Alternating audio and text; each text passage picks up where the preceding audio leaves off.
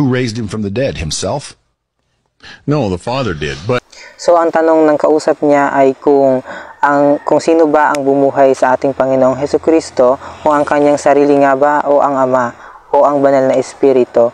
At ang kanyang sagot malinaw na sabi niya ay no, dahil ang Ama daw ang bumuhay sa ating Panginoong Hesukristo, sa katawan ng ating Panginoong Hesukristo.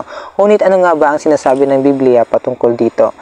Tayo pong mga Trinitarian ay naniniwala na ang banal na Espiritu, ang Ama at ang Anak ay may involvement po sa pagkabuhay na maguli ng ating Panginoong Hesukristo mula sa mga patay. Una, sabi po ng ating Panginoong Hesukristo sa John 2:19, Jesus answered and said unto them, destroy this temple, and in 3 days I will raise it up. So malinaw po na sinabi ng ating Panginoong Hesukristo na bubuhayin niya, itatayo niya in 3 days ang kanyang sariling katawan. Hindi po literal na temple ang tinutukoy niya dito, kasi kung babasahin po natin ang context nito, ay ang tinutukoy niya po dito ay ang kanyang katawan. So sabi niya, siya ang magbubuhay nito in 3 days.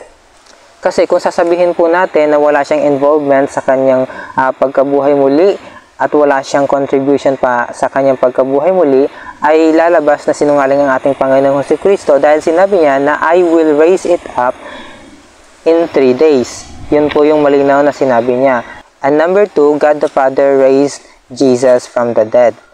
Malinaw po yan sa Acts chapter 2 verse 24. Sabi po dyan, whom God hath raised up, having loosed the pains of death, because it was not possible that he should be holden of it. So malinaw po dito sa ating pangalawang verse na ibinibigay at binasa na ang Ama ay bumuhay din sa ating Panginoong Hesukristo. So meron na po tayong dalawang persona, ang Anak at ang pangalawa po ay ang Ama. Ngayon, ang banal na Espiritu nga ba ay may involvement din sa pagkabuhay ng ating Panginoong Hesukristo mula sa mga patay? Yes po, ang sagot ay yes. Romans 8 verse 11, but if the Spirit of him that raised up Jesus from the dead dwell in you, he that raised up Christ from the dead shall also quicken your mortal bodies by his Spirit that dwelleth in you. So malinaw po dito sa Romans 8:11 na ang banal na Espiritu ay binuhay din ng ating Panginoong Jesucristo mula sa mga patay. So sa mga passages po na ating binasa ay pinapakita po dito ang involvement ng Trinity sa pagkabuhay po ng ating Panginoong Jesucristo mula sa mga patay.